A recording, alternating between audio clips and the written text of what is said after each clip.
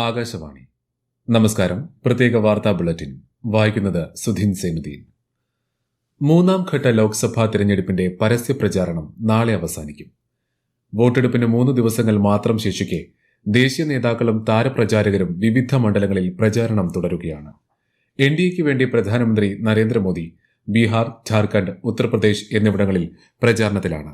കേന്ദ്രമന്ത്രിയും ബിജെപിയുടെ മുതിർന്ന നേതാവുമായ അമിത്ഷാ ഇന്ന് ഗുജറാത്തിലെ ഛോട്ടാ ഉദയ്പൂരിൽ തിരഞ്ഞെടുപ്പ് യോഗത്തിൽ പങ്കെടുത്തു. വൽസദ്, ദാമൻ ദിയു എന്നിവിടങ്ങളിലെ പ്രചാരണ പരിപാടികളിലും ശ്രീ അമിത്ഷാ പങ്കെടുക്കും. കോൺഗ്രസ് നേതാവ് പ്രിയങ്ക ഗാന്ധി, ആം ആദ്മി പാർട്ടി നേതാവ് ഭഗവന്ത് മാൻ എന്നിവരും ഇന്ന് ഗുജറാത്തിൽ പ്രചാരണത്തിലാണ്.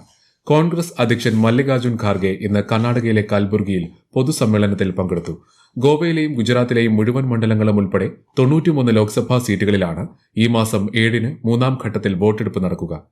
കർണാടകയിലെ അവശേഷിക്കുന്ന 14 സീറ്റുകൾക്കൊപ്പം മഹാരാഷ്ട്രയിലെ 11, ഉത്തർപ്രദേശിലെ 10, മധ്യപ്രദേശിലെ 8, ഛത്തീസ്ഗഡിലെ 7 സീറ്റുകളിലും വോട്ടെടുപ്പ് നടക്കും. മെഡിക്കൽ പ്രവേശനത്തിനുള്ള പരീക്ഷയായ നീറ്റ് നാളെ നടക്കും. ഉച്ചയ്ക്ക് 2 മുതൽ 5:20 വരെയാണ് പരീക്ഷ. ഇത്തവണ 24 ലക്ഷത്തിലേറെ വിദ്യാർത്ഥികൾ പരീക്ഷയ്ക്ക് രജിസ്റ്റർ ചെയ്തിട്ടുണ്ട്. ഇന്ത്യയിലെ 557 നഗരങ്ങളിലും 14 വിദേശ നഗരങ്ങളിലുമായിട്ടാണ് പരീക്ഷ നടക്കുക. ഫോട്ടോ, ഒപ്പ്, റോൾ നമ്പർ, ബാർകോഡ് എന്നിവ ഉൾപ്പെട്ട അഡ്മിറ്റ് കാർഡുകൾ നിർബന്ധമായും കരുതണമെന്ന് നാഷണൽ ടെസ്റ്റിംഗ് ഏജൻസി അറിയിച്ചു.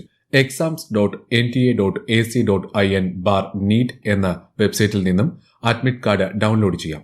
MBBS, BDS, ആയുർവേദമടക്കമുള്ള മെഡിക്കൽ ബിരുദ കോഴ്സുകൾ, വെറ്ററിനറി, അഗ്രികൾച്ചർ അനുബന്ധ കോഴ്സുകൾ തുടങ്ങിയവയുടെ പ്രവേശനത്തിനും നീറ്റ് സ്കോർ പരിഗണിക്കും. സംസ്ഥാനത്തെ സ്കൂളുകൾ ജൂൺ 3-ന് പ്രവേശനോത്സവത്തോടെ ഈ അധ്യയന വർഷം ആരംഭിക്കും. സ്കൂൾ തുറക്കുന്നതുമായി ബന്ധപ്പെട്ട മുന്നൊരുക്ക പ്രവർത്തനങ്ങൾ സമയബന്ധിതമായി പൂർത്തീകരിക്കണമെന്ന് മുഖ്യമന്ത്രി പിണറായി വിജയൻ നിർദ്ദേശിച്ചു. ഇക്കാര്യം ചർച്ച ചെയ്യാൻ ചേർന്ന ഉന്നതതല യോഗത്തിൽ സംസാരിക്കുകയായിരുന്നു മുഖ്യമന്ത്രി. അധ്യയന വർഷം ആരംഭിക്കുന്നതിന് മുൻപ് എല്ലാ സ്കൂൾ കെട്ടിടങ്ങൾക്കും ഫിറ്റ്നസ് സർട്ടിഫിക്കറ്റ് ലഭ്യമാക്കണം. സ്കൂളും പരിസരവും വൃത്തിയാക്കണം. കെട്ടിടങ്ങളുടെ അറ്റകുറ്റപ്പണി, സുരക്ഷ, ശുദ്ധമായ കുടിവെള്ളം, മാലിന്യ സംസ്കരണം എന്നിവ ഉറപ്പാക്കണമെന്നും മുഖ്യമന്ത്രി നിർദ്ദേശിച്ചു. നിർമ്മിത ബുദ്ധിയുടെ സാധ്യതകൾ പൊതുവിദ്യാഭ്യാസ മേഖലയിൽ ഫലപ്രദമായി പ്രയോജനപ്പെടുത്താൻ കൈറ്റിന്റെ നേതൃത്വത്തിൽ നടത്തുന്ന അധ്യാപകർക്കുള്ള AI പരിശീലനത്തിന്റെ ആദ്യ ബാച്ച് പൂർത്തിയായി. സംസ്ഥാനത്ത് 71 കേന്ദ്രങ്ങളിലായി 1856 അധ്യാപകരാണ് ആദ്യ ബാച്ചിൽ പരിശീലനം പൂർത്തിയാക്കിയത്. 2025 ജനുവരിയോടെ മുഴുവൻ അധ്യാപകർക്കും AI പരിശീലനം ലഭിച്ച ആദ്യ സംസ്ഥാനമായി കേരളം മാറുമെന്ന് പൊതുവിദ്യാഭ്യാസ മന്ത്രി വി ശിവൻകുട്ടി പ്രസ്താവിച്ചു. മണക്കാട് ഗേൾസ് സ്കൂളിലെ പരിശീലന കേന്ദ്രം മന്ത്രി സന്ദർശിച്ചു. സംസ്ഥാനത്ത് ഡ്രൈവിംഗ് ടെസ്റ്റ് പരിഷ്കരണവുമായി ബന്ധപ്പെട്ട് ഗതാഗത വകുപ്പ് പുതിയ സർക്കുലർ പുറത്തിറക്കി. നേരത്തെ ഉണ്ടായിരുന്ന മാർഗനിർദ്ദേശങ്ങളിൽ ഇളവ് വരുത്തിയാണ് പുതിയ സർക്കുലർ. ഇതിൽ പ്രതിദിന ടെസ്റ്റുകളുടെ എണ്ണം 30-ൽ നിന്ന് 40 ഉയർത്തി. 15 വർഷത്തിൽ കൂടുതൽ കാലപ്പഴക്കമുള്ള വാഹനങ്ങളിൽ ഡ്രൈവിംഗ് ടെസ്റ്റ് നടത്താൻ അനുവദിക്കില്ലെന്ന മുൻ ഉത്തരവിൽ നിബന്ധനയ്ക്ക് വിധേയമായി ഇളവ് വരുത്തി.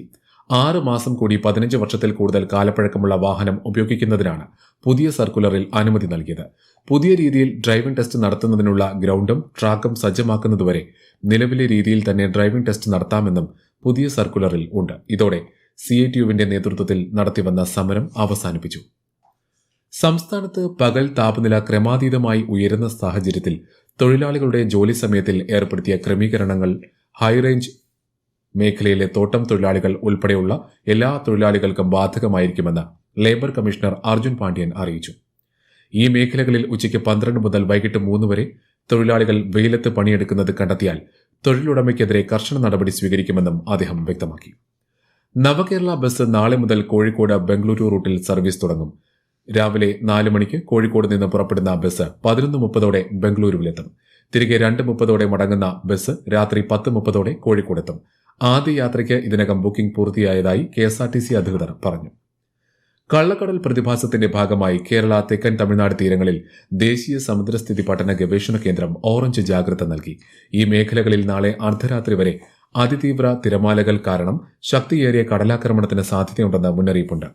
ഈ സാഹചര്യത്തിൽ മത്സ്യത്തൊഴിലാളികളും തീരദേശവാസികളും ജാഗ്രത പാലിക്കണമെന്നും നിർദ്ദേശം നൽകി. മത്സ്യബന്ധനത്തിനും വിലക്കേർപ്പെടുത്തിയിട്ടുണ്ട്. സൂര്യാഘാതമേറ്റ് കോഴിക്കോട് ജില്ലയിൽ 26 പശുക്കളും 3 എരുമകളും ചത്തതായി ജില്ലാ മൃഗസംരക്ഷണ വകുപ്പ് വ്യക്തമാക്കി. ജനുവരി മുതലുള്ള കണക്കാണ് ഇതെങ്കിലും ചൂട് കൂടിയ മാർച്ച്, ഏപ്രിൽ മാസങ്ങളിലാണ് ഭൂരിഭാഗം കാലികളും ചത്തത്. ജില്ലയിലെ 18 ഗ്രാമപഞ്ചായത്തുകളിൽ കാലികൾ ചത്തതായി റിപ്പോർട്ട് ചെയ്തിട്ടുണ്ട്. സൂര്യാഘാതമേറ്റ് കാലി ചത്താൽ സമീപത്തെ മൃഗാശുപത്രിയിൽ വിവരം അറിയിക്കുകയും പോസ്റ്റ്മോർട്ടം നടത്തുകയും വേണമെന്നും അധികൃതർ അറിയിച്ചു. പ്രത്യേക വാർത്താ ബുള്ളറ്റിൻ കഴിഞ്ഞു. അടുത്ത വാർത്താ പ്രക്ഷേപണം നാളെ രാവിലെ 6:45.